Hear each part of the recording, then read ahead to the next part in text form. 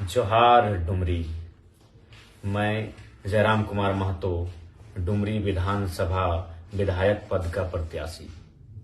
आप सभी से निवेदन है, इस बार डुमरी का नेतृत्व एक बेहतर दिशा की ओर ले जा सके, ऐसे नेतृत्व का चयन आपको करना है।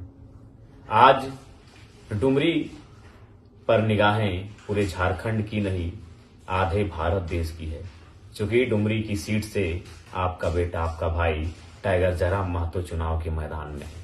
आधे हिंदुस्तान की नजर है डुमरी की सीट पर कि क्या होगा वहां से। आपसे निवेदन है, इस बार विधायक नहीं, राज्य का नेतृत्वकर्ता चुने। एक ऐसा नेतृत्वकर्ता चुने जो झारखंड की समस्याओं को बिना किसी खौफ के सड़क से लेकर सदन में उठाने की ताकत, जरूरत, हिमाकत रखता हो। आज दिन प्रतिदिन हमें कभी न कभी मुसीबतों का, समस्याओं का सामना करना पड़ता है और ऐसी विकट परिस्थिति में एक कुशल लीडर का चयन करें, चुनाव करें जो उन परिस्थितियों से आपको निजात दिला सके। आज डुमरी में जयराम महतो का विजय एक परंपरा को परिवर्तन की ओर लेके जाएगा। लोग कहते हैं कि डुमरी एक परंपरागत सीट है, यहाँ बरसों से परंपरा चली आ रही है, और मेरा मानना है लोकतंत्र में परंपरा नहीं, परिवर्तन ठीक लगता है।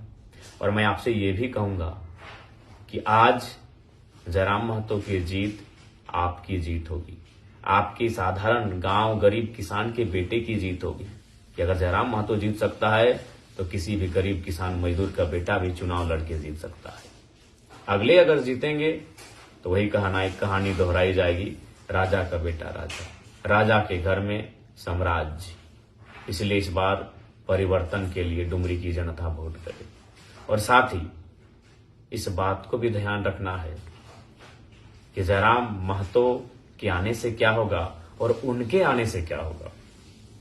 अभी विगत कई दिनों से हम भी चुनाव के प्रचार के मैदान में हैं और विपक्ष के लोग भी चुनाव प्रचार के मैदान में हैं।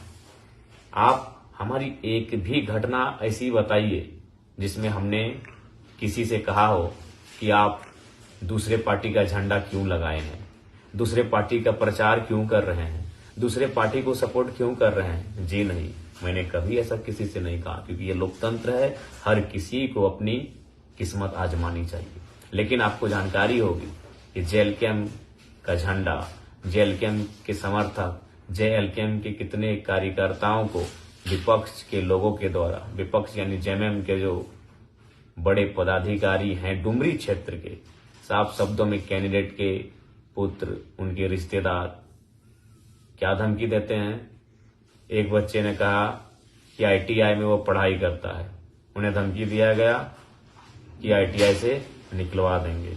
उत्तराखंड में एक बीएलओ दीदी हैं, उनका बेटा हमारा समर्थक है, उन्हें धमकी दिया गया कि यदि आप जयराम का सपोर्ट करेंगे तो सोच लीजिएगा क्या हो सकता है। एक सूचना ये भी मिली कि किसी शख्स को चापानल दिया गया है, उसे ये धमकी दी गई है कि अगर जयराम का सपोर्ट करोगे तो चापानल रुकवा देंगे, योजना को रद्द करवा देंगे।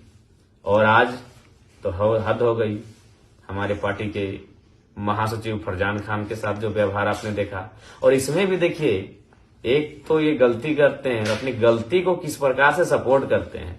अभी एक जेएमएम के कार्यकर्ता व्हाट्सएप में स्टेटस रखे हैं कि फरजान खान ने एक महिला को लेकर अभद्र टिप्पणी किया है और उसको लेकर प्रत्याशी के पुत्र गुस्सा हो गए। ये हंसी की बात नहीं है, रोड शो में महिला आती है, बाइक रोड शो है, बाइक रैली है। आज के जेएमएम के कार्यक्रम में एक भी महिला नहीं थी, और वे लोग अपनी गलती को भी किस प्रकार से सपोर्ट करते हैं कि फरजान पे दोष उल्टा लगा रहे हैं कि महिला पे टिप्पणी किया था, जबकि ऐसा सत्य है ही नहीं, क्योंकि बाइक रैली में कोई महिला थी ही नहीं। और एक घटना आपको सुनाते हैं। जिस दिन मेरा नॉमिनेशन था उस दिन मेरा काफिला मुंगो गुंजरडी के क्षेत्र से गुजर रहा था। उसी क्रम में एक शख्स ने मुझे फूल की माला पहनाई और वो वीडियो में आया। उस शख्स को रेड मरवा के जेल के अंदर भर दिया इन्होंने। बस कसूर था कि हमको माला पहनाया था। तो समझ सकते हैं ये लोग कितनी घृणित राजनीति कर रहे हैं, किस मानसिकता का परिचय दे रहे हैं। तो इसीलिए सचेत हो जाइए, ऐसे लोगों को सपोर्ट करने से सचेत हो जाइए, नहीं तो फिर ये निरंकुश हो जाएंगे। और सत्य है, रोटी और राजनीति बदलती रहनी चाहिए, नहीं तो रोटी जल जाएगी और राजनीति निरंकुश हो जाएगी। राजनीति अपनी मनमानी करेगी, इंसान को इंसान नहीं कहेगी।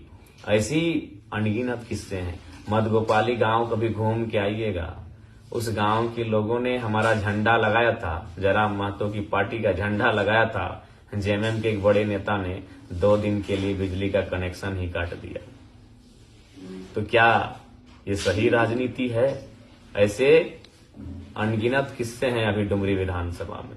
इसलिए आपसे प्रार्थना है, इस बार वोट परंपरा के आधार पे नहीं, परिवर्तन के आधार पे करें। और वोट जनता यह भी बताए कि राजनीति में घमंड और अहंकार किसी का नहीं होता है। और ये तभी होगा जब जनता समय समय पर नेता को वोट की चोट देगी। अगर एक ही व्यक्ति एक परिवार से 20 वर्षों से 25 वर्षों से कोई जीतता आएगा तो स्वाभाविक है उस परिवार के लोगों में एक अभिमान, एक अहंकार उत्पन्न होगा ही होगा।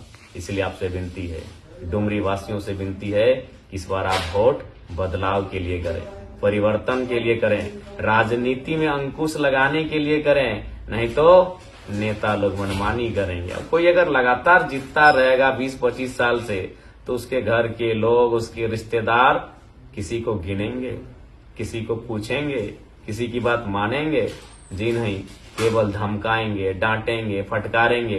और डुमरी में वही दिख रहा है। जाके पता कीजिए गांव में जयराम महतो का झंडा है, खोलता है कि नहीं खोलता है, ये धमकी दी जाती है। एक जगह तो 10-10 किलो चावल दिया गया हमारा झंडा खोलने के लिए। खैर, उनके दिल में हम हैं, उन्होंने झंडा खोला है, लेकिन वोट हमको ही करेंगे और अब तो ज्यादा करेंगे।